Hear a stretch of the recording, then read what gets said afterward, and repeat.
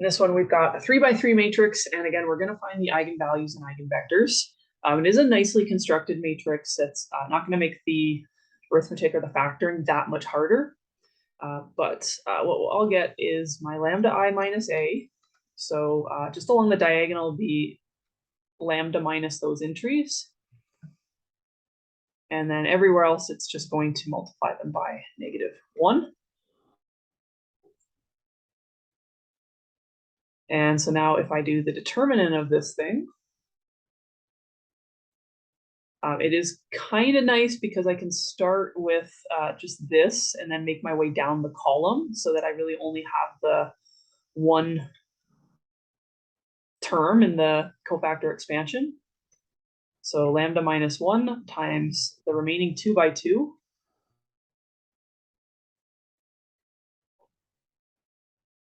So I'll have lambda minus 1 times lambda minus 4 times lambda minus 2 minus 3. So I'll get lambda squared minus 6 lambda plus 8 minus 3 will be plus 5, and thankfully that factors into lambda minus 5, lambda minus 1, and we can see that I've got the lambda minus 1 squared. And then times lambda minus 5. So notice we have multiplicity 2 on lambda equals 1, and sometimes that shows up in how the eigenvectors fall. So I'm going to have my first eigenvalue at 1 and my second one at 5. So if now I'm going to get my eigenvectors. So for lambda 1 equals 1. So what I'll have is basically, just I minus a for lambda equals 1. And so I'm going to plug that in and get 0, -6, -2, 0, -4, -1, and 0. Oh, shoot, that's not -4. That should be 3.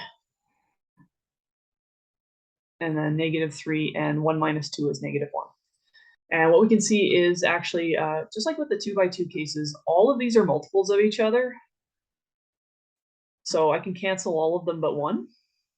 And now looking at this, this is going to be free. And I suppose this is also free. So I guess what I'll do is say that x3 is t and x1 is r. And then this equation here will say -3x2 minus t is 0. So x2 is -t/3. And so my vectors are going to be, I guess I'm going to have x is, for the r's, I've got 1, 0, 0 r plus -0, -1/3, and 1 for t.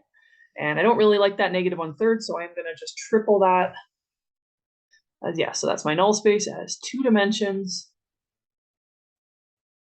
I don't need to multiply it by -3. I can keep it negative there.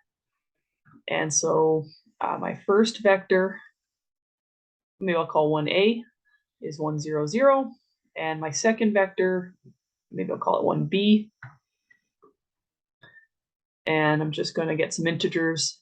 So I'll do 0, -3, and 1. And so the eigenspace there is going to be all of the combinations of those two. And so that's my lambda 1 equals 1. So yeah, sometimes you get more than one vector out of it. And for my lambda 2 is 5. So same thing, I'm going to do 5i minus a.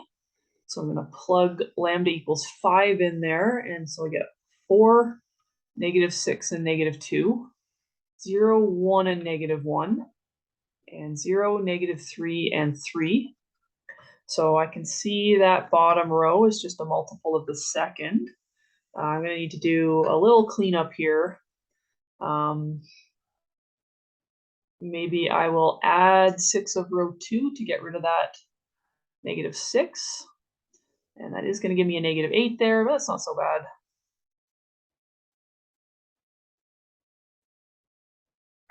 And so I've got the 2 pivots, and this is free. And so that tells me that, yeah, I'll let x3 be t. So row 2 tells me that x2 minus t is 0. So x2 is t. And 4x1 minus 8t is 0. So x1 is 2t. So my vector x2 is going to be 2, 1, and x3 is, yeah, also 1. Right, so again, yeah, if I just put this together, where that is coming from is my 2t, t, and t. And pretty much all I did here was just choose t equals 1 to get a nice like integer representation of it. So yeah, so that's my eigenvector 2 and 1. So we have 3 different eigenvectors for the 2 eigenvalues, and that's just sometimes what happens. And it's usually nice. When we're working in R3, we do usually want 3 eigenvectors.